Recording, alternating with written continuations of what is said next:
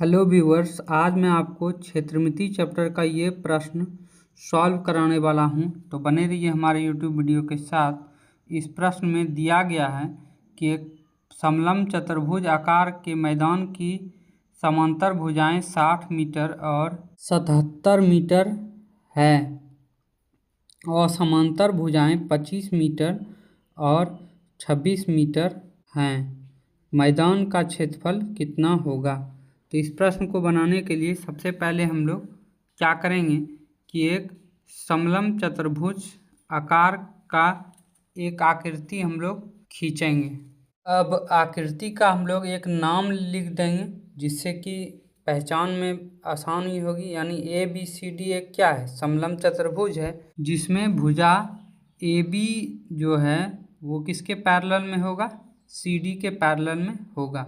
तो हम लोग लिखेंगे ए बी समानांतर होगा सी डी के।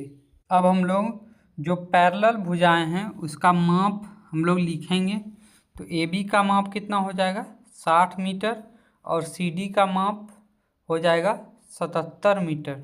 अब चूँकि बचा हुआ साइड जो है वो क्या हो जाएगा? क्रमशः 25 मीटर और 26 मीटर हो जाएगा। अब आगे इसको हम लोग क्या करेंगे? दो पार्ट में क्या करेंगे? विभाजित करेंगे। अब हम लोग बिंदु बी से डी पर एक लंब डालेंगे जिससे कि ये दो पार्ट में क्या हो जाएगा? विभाजित हो जाएगा।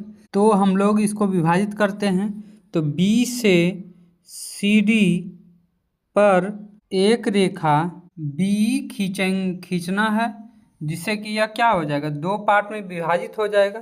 तो इस तरह हम लोग बी से सी डी पर एक बिंदु ई लेते हुए लंब डालेंगे जिससे कि यह दो पार्ट में विभाजित हो जाएगा।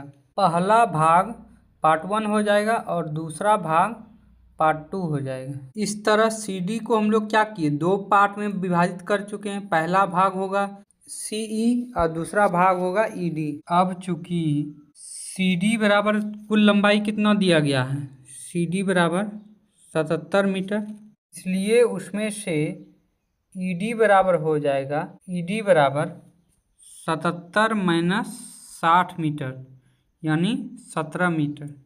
इस तरह पहला भाग त्रिभुज बन चुका है और दूसरा भाग चतुर्भुज बन चुका है। तो हम लोग देखेंगे त्रिभुज बी डी ई का क्षेत्रफल और चतुर्भुज ए बी ई सी का क्षेत्रफल, दोनों को मिलाकर जोड़ने से जो क्षेत्रफल प्राप्त होगा वही मैदान का क्षेत्रफल प्राप्त होगा। त्रिभुज बी डी ई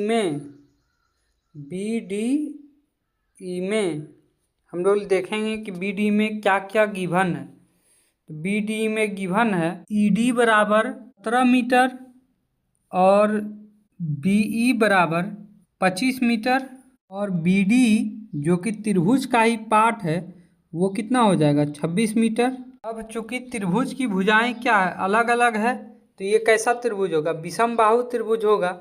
तो इसका हम लोग क्या करेंगे? क्षेत्रफल निकालेंगे।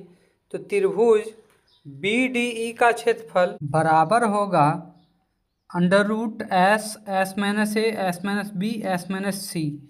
यानी कि एस का मान जो निकलेगा, तीनों भुजा को जोड़कर इसका आधा हमको लेना पड़ेगा एस की लंबाई। तो तीनों भुजा की लंबाई कितनी है? 17 मीटर, 25 मीटर और 26 मीटर। इस तरह एस का मान जो होगा वो कितना होगा? 17 और 25 और 26, 25 दूना 50 और 18, 50 68, 68 का आधा होगा 34। तो एस का मान निकलेगा 34। इस तरह एस में से हम लोग किसको घटा देंगे? ई डी को घटा देंगे तो निकलेगा 17। फिर गुना करेंगे एस में से 25 यानी 34 में से 25 को घटाएंगे निकलेगा 9 गुने डी बी कितना निकल जाएगा? 26 को 34 में से 26 को घटाएंगे निकलेगा 8। अब आगे हम लोग सॉल्व करेंगे इसको। तो निकलेगा रूट 17 गुना 2 गुना 17 गुना 9 गुना 8। अब आगे सॉल्व करने पर हम लोग देखते हैं तो आएगा 4 गुने 17 दो बार है इसलिए 17 एक बार लेंगे। अब 9 का अंडर रूट कितना हो जाएगा? 3 हो जाएगा। इस तरह हम लोग को अब ई डी की लंबाई जो कि लंब है, जो कि हर तरफ क्या होगा? बराबर होगा। तो ईडी की लंबाई हम लोग निकाल लेंगे, इसलिए इसको हम लोग क्या करेंगे, गुना नहीं करेंगे। इस तरह त्रिभुज नंबर 2 से हम लोग देखते हैं आधार कितना है, 17 है, तो शीर्षलंब कितना हो जाएगा, यही हमको निकालना है। तो आधार को 17 मानते हुए त्रिभुज 2 से हम लोग देखते हैं त्रिभुज का क्षेत्रफल होगा 1/2 गुना आधार गुना शीर्षलंब।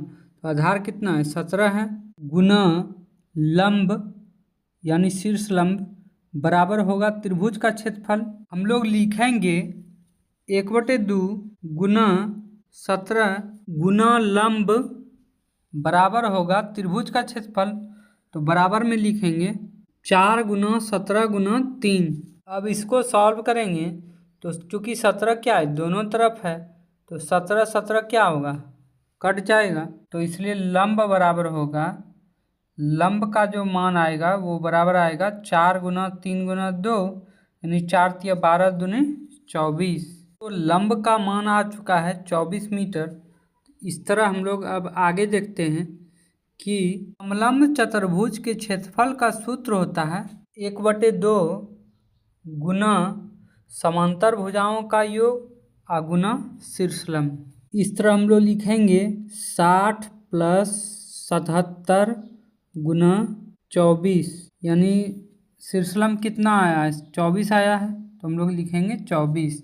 अब इसको हम लोग सॉल्व करेंगे। आगे सॉल्व करने पर हमें मिलेगा 1/2 गुना 7 और 6 7 13 1/2 गुना 137 गुना 24। इस तरह हम लोग 2 से 24 को सॉल्व करेंगे तो आएगा 12। अब 137 को किससे गुना करेंगे, 12 से।